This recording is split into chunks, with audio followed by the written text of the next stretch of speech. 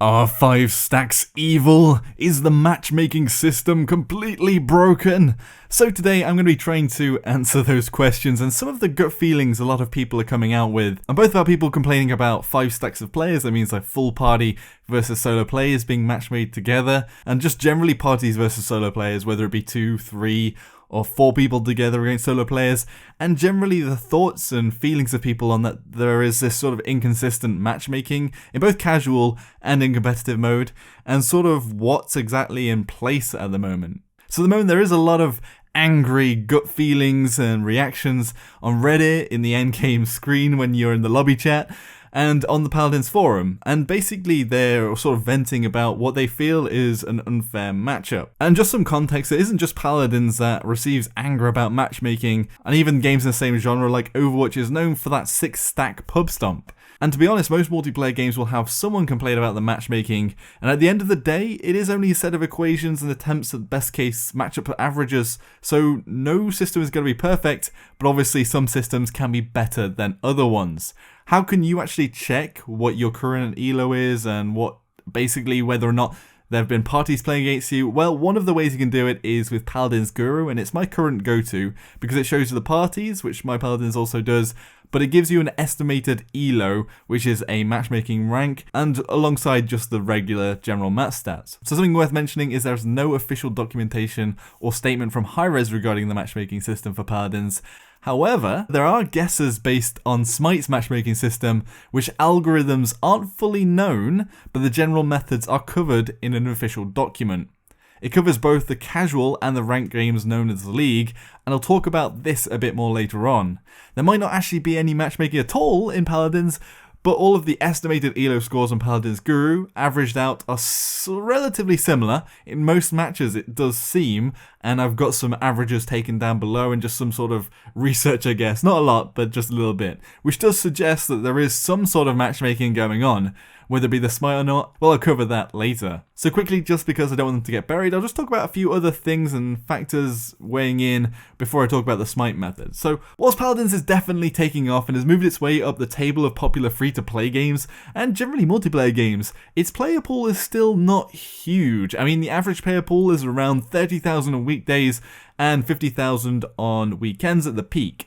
Break these down into the server regions, then game modes, then players searching at the moment you are, then the pool gets smaller and smaller to matchmake from. And compare this to say Dota 2 or MOBA where you have 750,000 to 1 million concurrent players between weekdays and weekends, and CSGO where it's like 750 to 850,000. I got these off Steam Spy, by the way, just something interesting to check out as well. Even though these games do have a few more game modes, likely you have a much bigger pool of players in the matchmaking system for any single game compared to what you have in Paladins.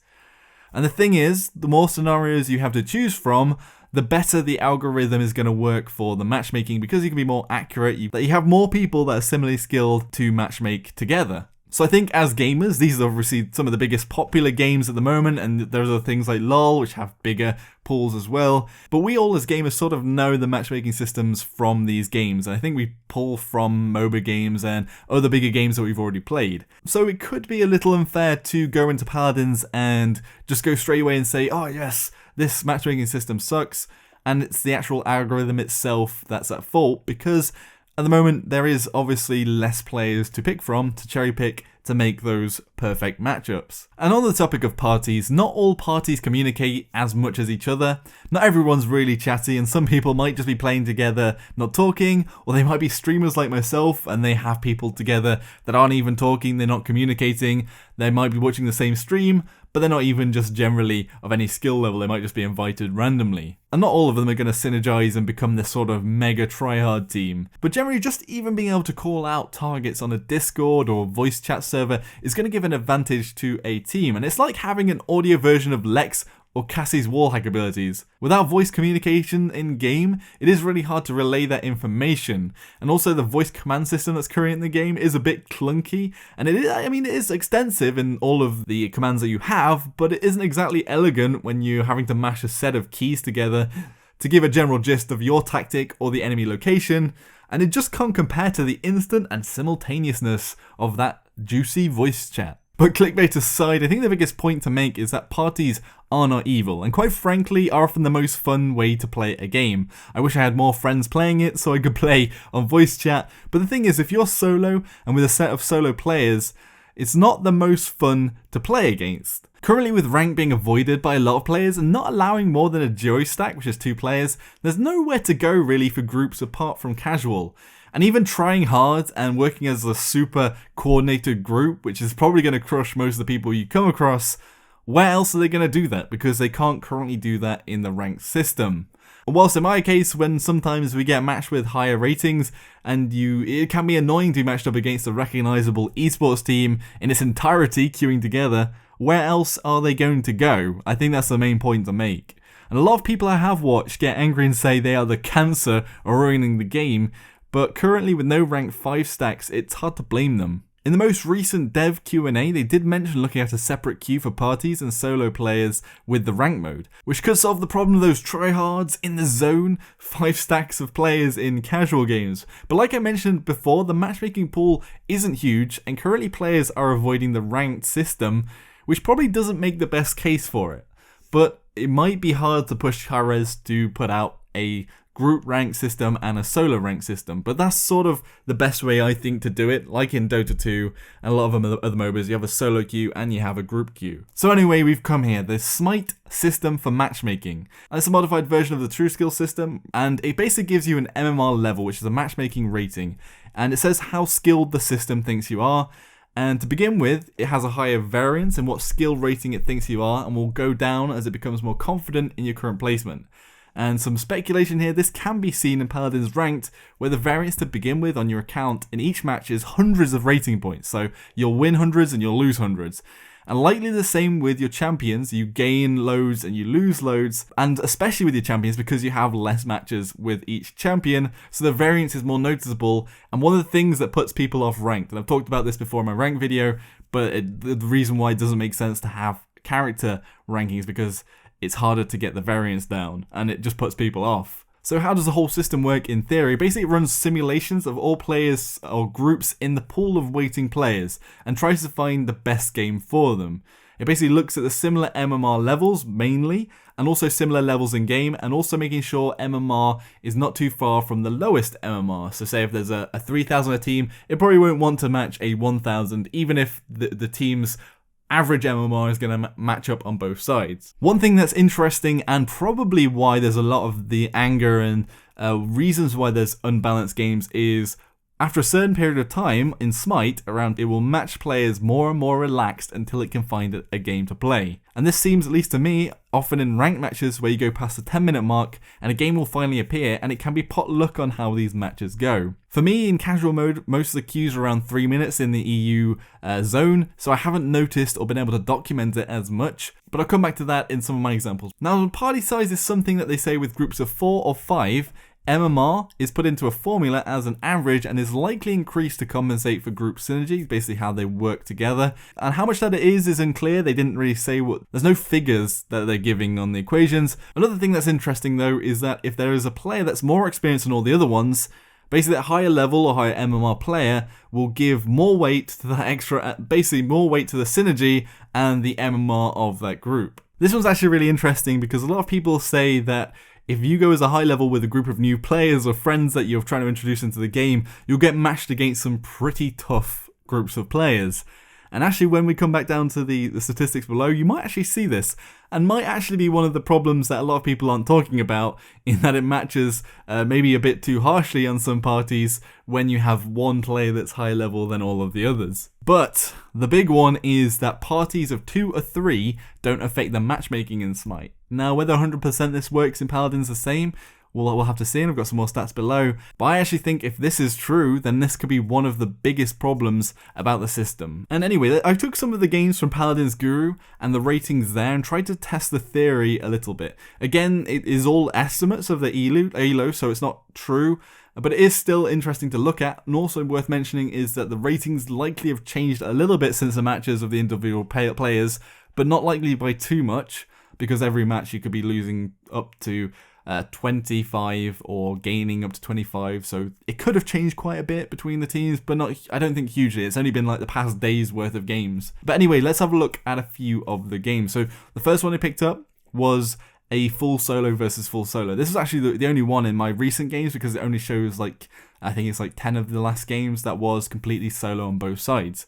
And the first one was, the team was 12,113 average rating and 11,908. So very close together, to be honest, and if there is a system in place, this sort of suggests that it is matchmaking very closely. Basically, I've taken all 5 of the estimated ELO ratings and then divided them by 5 and then basically compared them both. The second lot was groups of 2 or 3 put together and solo players. So this first one was 2 stacks of 2 and 1 player solo, and that was 12,479. The second one was a single 2 stack, and 3 people solo, and that was 12,231. So actually, the rating was higher on the stack of players, the more stacks of players in the party. So obviously 2 stacks on the first team, even though I had the higher rating. Again, the ratings could have changed, but this sort of suggests that there isn't much difference in the sort of the 2 stacks and the 3 stacks, which was suggested in the Smite system and equation. And then the second one was the same, it was similar. There was 2 sets of 2 players and then 1 solo player, which was 13,042. And then the second one was 13,600, and that was solo players. Now this one, the solo players did get a higher amount of ELO, but again, it isn't a huge amount to gain, and it's still sort of in the realm of being close. Now we had some full parties versus no parties. So the first one, there was no party, that had 13,842. The second one was 10,191 with a full party. And the no party obviously there had the higher ELO. The interesting thing here was that the game had a player with around 2,800 ELO, and the rest of the party were newish players with the mid-high 1,000s. Basically, there was a skilled player with a lot of newer players playing with them. And this could have thrown it off quite a bit, because there's over a 3,000 ELO difference between the 2 teams there, between the full party and the no party, in favour of the no party. The second one, again, I don't think this one had one person that was completely better than the other one, but the no party had 12,520, whilst the 4 stack plus 1 solo had 10,936. Now, there's still like 1,400 over the last party, but still not as big as when they had that higher level player. Now finally, we have 13,127 with no party and 10,128 full party. Again, this one had somebody that was 2,800 and everybody else was quite a bit lower. So again, sort of supporting this idea that if you've got a high level player with lots of low level players, it will match accordingly and synergize greater than if you have just generally similar amounts of ELO players together. And it does show that the system will weigh against full stacks, at least in these few examples. There was finally, though, one outlier in these 10 matches, and that was a full stack of 12,461 and no party of 12,683.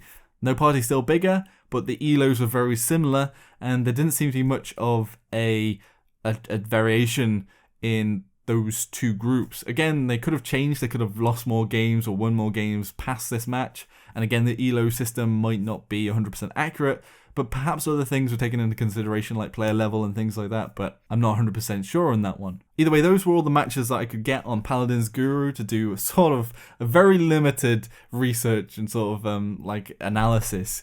I mean, there isn't much there, so the example size is small, and it's not like a research paper, but that's just all I have at the moment to give. Finally, another interesting point to make is that in Smite, all game modes have their own matchmaking rating, and this was kind of seen in how when Paladins introduced the survival mode, basically once you played that game, you could tell that you were with players that weren't your normal skill level, and it seemed to be matching everybody just as if they were starting at 0, so they had no sort of matchmaking rating and going forward from there.